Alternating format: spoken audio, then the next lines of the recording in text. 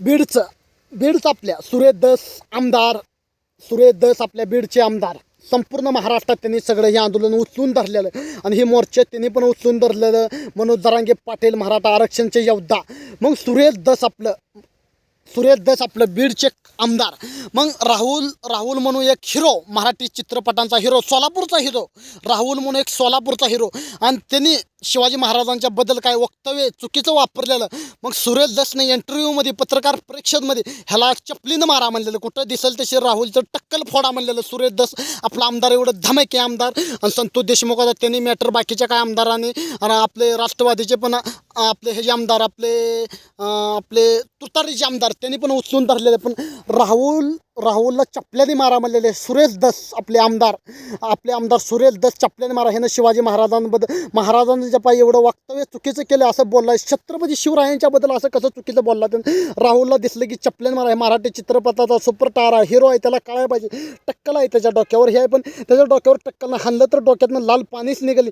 मग त्या हिरोनं शिवरायांवरती त्याने वेगळं काहीतरी चुकीचं वक्तव्य वापरलं. मग पत्रकारमध्ये ह्याच्यामध्ये इंटरव्ह्यू देताना सुरेश दसने म्हणले ह्याला कुठं दिसेल ते दगडाने हाना, चपल्याने हाना असं म्हणले. पण शिवरायांच्या बद्दल राहुल सुपरस्टारला पण कळायला पाहिजे. आपण मराठी चित्रपटांचा आपण सुपरस्टार आहे, एक आपण हिरो आहे, एक लोकप्रियता आहे. आपण कसं बोलायला पाहिजे, कसं काय करायला पाहिजे. महाराज तुम्ही अजूनही यूट्यूबला बघा, ह्याला बघा, सोशल मीडियाला बघा. राहुल सुपरस्टार वयन आहे, वयस्कारच आहे, थोडं म्हातारपण आहे. मग राहुल सुपरस्टारनेही चुकीचं वक्तव्य केलं तर शिवरायांबद्दल, महाराजांबद्दल ही चुकीचं वक्तव्य केलं तर. मग तरुण पिढी काय शांत बसली. महाराष्ट्रात हे काय चाललं आता, महाराजांवर टीका व्हायला लागला, महाराजांवर शिवरायांवरती टीका करायला लागला. राहुल आपला सुपरस्टार, मराठी चित्रपटांचा सुपरस्टार. मग सुरेश दसने बोलले, सुरेश दस मीडियांसमोर बोलले, इंटरव्ह्यू दिला. त्याला कुठं दिसेल तिथं चपल्याने हाना, दगडाने हाना, हाराने हाना, कशाने पण हाना. म्हणजे सुरेश दस आमदारने संपूर्ण प्रकरण त्याने एवढं उचलून धरलं, एवढं ही केले, एवढे लढले. एखादा एक सामाजिक माणूस आहे सुरेश दस, आपले सामाजिक कार्यकर्ता आहे, सगळ्यांसाठी लढ. त्याने पार्टी म्हणून लढणं नाही, ती भाजप म्हणून लढणं, एक सामाजिक कार्य म्हणून एक सामाजिक न्याय मिळवून द्यायला पाहिजे. अशा प्रकरणं कुठं व्हायला नाही पाहिजे. आता बीडचं प्रकरण झालं, असं महाराष्ट्रात कधी प्रकरणं घडू नये. एवढं प्रकरणं निर्गुण घे, हत्या बित्या ही कांड होऊ नये आणि परता बंद व्हायला पाहिजे. आपल्या जात भेट करू नका, आपल्या सहयोग वाटू नका, वाटून ही करू नका. सहयोग सगळे विचारांनी चाला, सहयोग सगळी साथ घेऊन चाला, सगळी ही मजबूतीनं राहा. तेव्हा काय तर सहयोग करू शकत आहे, तेव्हा काय तर करू शकत. पश्चिम महाराष्ट्रात मराठवाडा ही वाडा, पश्चिम महाराष्ट्र मराठवाडा ही वाडा, मग परत सह्याद्रीवर ह्याच्यावरनी त्याच्यावरनी प्रत्येक ठिकाणी प्रत्येक राज्यातनी महाराष्ट्रातल्या अलग अलग कोण्यातनी संपूर्ण महाराष्ट्रात प्रत्येक सभा केल्या, प्रत्येक भाषणं होते ते, प्रत्येक नेत्यांची वादं होते ते. पण आजपर्यंत एवढे प्रकरणं व्हायला लागलं, एवढं वाढायला लागलं, एवढं गुंडगिरी वाढायला लागले, एवढ्या भाईगिरी वाढायला लागलं. एवढे कसं सामाजिक जनताने कसं फिरायचं, सामान्य माणसाने कसं फिरायचं, कसं काय करायचं.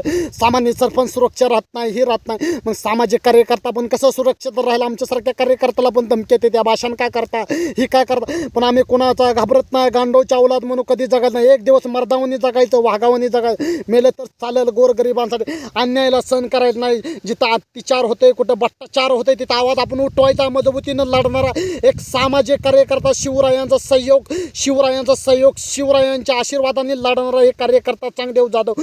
जनतापर्यंत ही सहयोग, माझ्या महाराष्ट्रातल्या तरुणापर्यंत, युवकापर्यंत सहयोग पोचवल्याशिवाय शांत बसत नाही. आणि शिवरायांच्या आशीर्वादाने तरुणामधलं नवीन विचार येऊन त्यांच्या नवीन पिढीला रक्त सळसळ केल्याशिवाय आपण शांत बसत नाही. तो मला सांगतो. राहुल सुपरस्टार सोलापूरच्या हिरोनं मराठी चित्रपटाच्या महाराजाबद्दल चुकीचं वक्तव्य केलं. मग सुरेश दसनं पण म्हणले कुठं दिसेल त्याला चपल्याने हाना, दगडाने हाना. पण महाराजांबद्दल ही चुकीचं वक्तव्य केलं, ही केलं.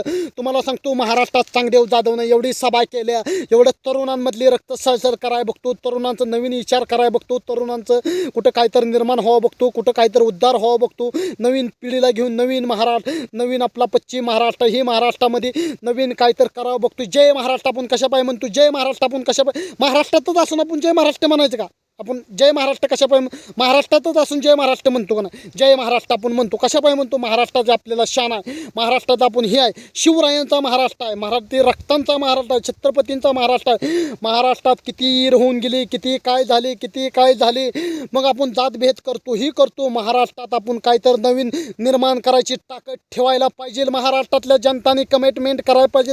आणि काही चुकीचं माझं भाषण झालं तर मित्रांनो, महाराष्ट्रातल्या सगळ्या तरुण पिढीला, यंगस्टार पिढीला, 18 पकड जातींसाठी सगळ्यांसाठी लढणारा ही सामाजिक कार्यकर्ता, काय चुकलं तर मला माफ करा मित्रांनो. आता तर जागा, आता तर अन्यायाला वाचा फोडा, तुमच्यासाठी लढणारा. जय हिंद.